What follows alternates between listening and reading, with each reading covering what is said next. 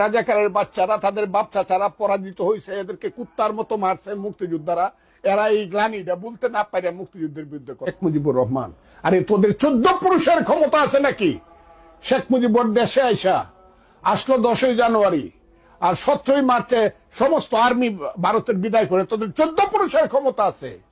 রাজাকারের বাচ্চাদের শেখ মুজিব করে ভারতের কাছে দেশ বিক্রি করে দিছে। ভারত তাহলে ইন্দিরা গান্ধীকে কেন বলছে আপনি সৈন্য নিয়ে যান আমার দেশ থেকে, মাত্র 1.5 মাসের মধ্যে? কাজে এই যে যুদ্ধকে যারা কলুষিত করতে চায় তাদেরকে আমার চোখের সামনে বাইসা উঠে সেই চেহারাগুলো। আলবদররা যারা মুনির চৌধুরীকে গুলি করে হত্যা করছে, আলবদররা যারা শহীদুল্লাহ কায়সারকে গুলি করে, ডাক্তার আলিম চৌধুরীদের মতো লোকজনকে গুলি করে হত্যা, এদের চেহারাগুলা বাইসা উঠে। কেরানীগঞ্জে একটা বাড়ি ছিল না, একটা ঘর ছিল না, সব পুড়িয়া ফেলছিল জিঞ্জিরা কেরানীগঞ্জে পাক বাহিনী। একটা বাড়ি ঘর ছিল না। কই কার সঙ্গে কি তুলনা?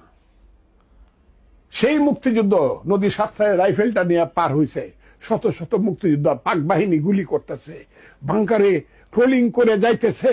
কর্নেল তাহেরের পা গেছে গা কামালপুর সেক্টরে, শত শত মুক্তিযোদ্ধা শহীদ হয়ে যাইতেছে, তারপরে পাক বাহিনী পালাইছে। এত সোজা কি কয় এসব কথা? হ্যাঁ বাঙালি কিছুই বুঝবেন না, কিছুই জানবেন না।